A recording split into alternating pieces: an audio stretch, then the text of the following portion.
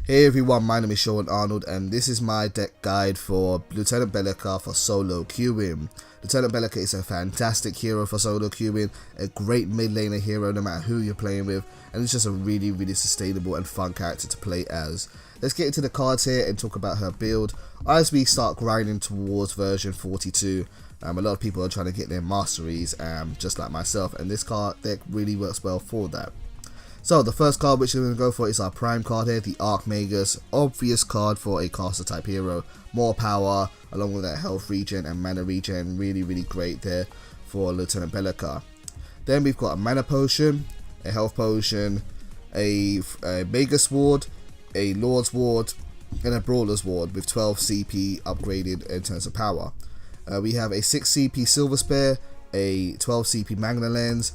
Then we have a 7 CP Magna Lens, a 12 CP Burst Engine, and a 12 CP Burst Engine, another 12 CP Burst Engine, and another 7 CP Burst Engine. In regard to the Burst Engine, just as a side note, I have multiple copies of this card and I think it's the best one for Belica because of the mana regen. But if you have anything similar to it, it works just as well. Adamant Edge, Wellspring Staff, anything really similar, as long as it gives you 3 CP of power when fully upgraded, then these cards just work just as well. But Belica loves power, so whatever really works. It doesn't matter about that final 1 CP card, which I use for mana regen. Empyrean Mask, and Big Charm, and Hydroversa. So let's talk about the build order and what we choose in terms of when with different cards here. So here we are in Epic's deck builder here. We're going to make sure she's level 15. And on the left hand side here, we've got our abilities. I'm going to put them at maximum level, just so you can see the changes in damage if that is interesting to you. Don't worry about Neural Disruptor because Neural Disruptor is based on mana, or your enemy's missing mana, so don't worry about that too much.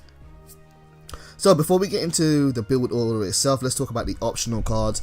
We've got our Consumables here, Mana Potion, Health Potion. These cards are stocking fillers. They are cards which you go and choose when you have a little bit of overflow of CP and you want to spend it on something so that you're not kind of just sitting on a bank of CP. If you have, say, 1 point left over here or there, go and grab one of these cards, whatever you think you need. It's not something which is in our main hand. Then we've got our 2 dummy wards here. First we've got the Magus ward, which you're going to just go and grab at the start of the game, discard it, and then you're going to go and grab Lord's ward and do the same.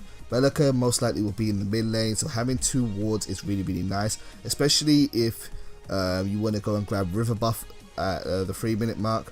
And even if you don't want to go and grab River buff, it's nice to have these dummy wards here to de-ward your opponents and get rid of their wards so that they don't have vision on their maps and you have vision on yours. So I have 2 dummy wards there. If you're very quick, you can get those out. And then the first card which you want to go and grab is Brawler's Ward.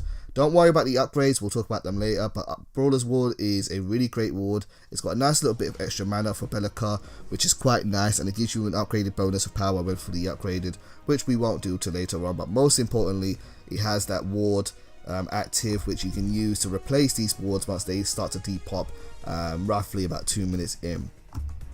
Now, the first card which I recommend going to pick up after the Brawler's Ward is Empyrean Mask. Empyrean Mask is a very good card there. It does take a little while to get to it. We need 4 CP, but it is a fantastic card.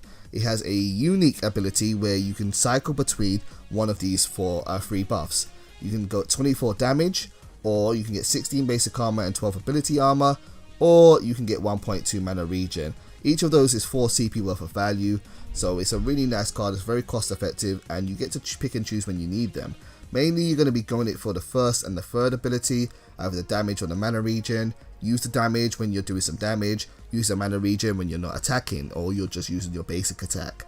So yeah, Empyrean Mask, very versatile card, and Belica loves it because she loves sustainability. So yeah, it's a pretty good card for her.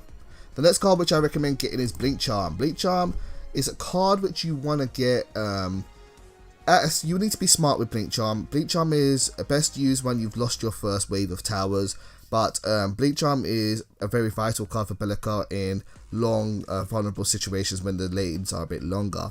It is a good get out of jail card for Belica. It gets her out of trouble, and this, coupled with her stun ability, can be really good at getting away from a Chimera or a Grux that's trying to gank you. So Blink Charm is really good, but if you're still in lane and you've got some CP to spend, don't go and grab it straight away. Go into your power cards, which is the first one we're going to talk about here is Silver Spear.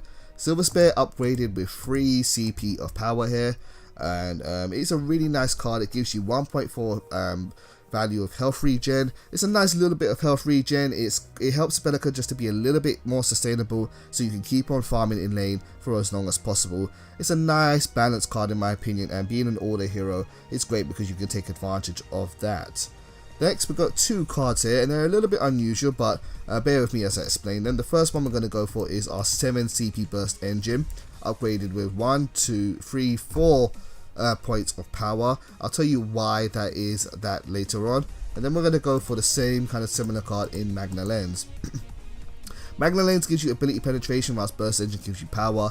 Both really good cards. I like getting the ability penetration in as my last filler card from my hand, so that if I start to team fight and in your mid lane you're going to probably team fight, at least you can start doing quote unquote a little bit more true damage to your enemies if you need to hit them, because they get that natural armor.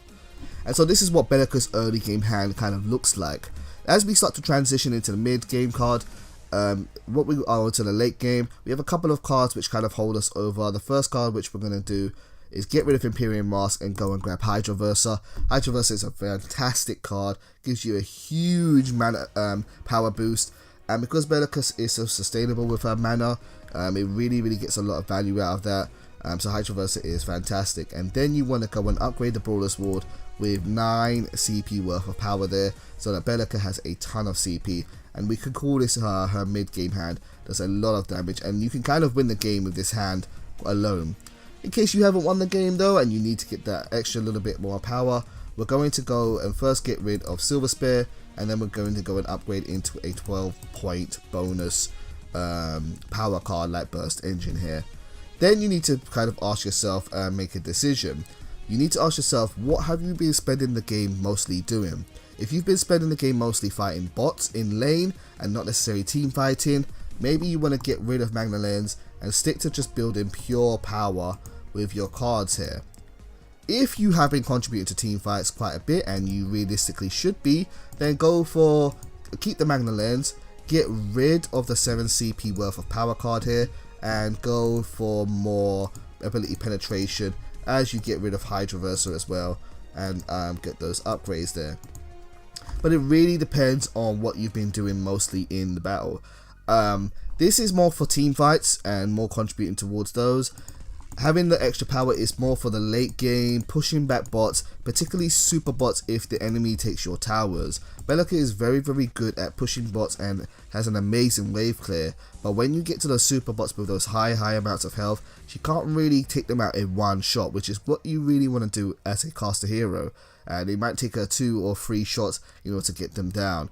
So having full power can be really useful for that. And the reason why we had the 7-point cards here is because 7 plus 5 is 12. So you have a 60-point card deck there. So yeah, just in case you were wondering about that.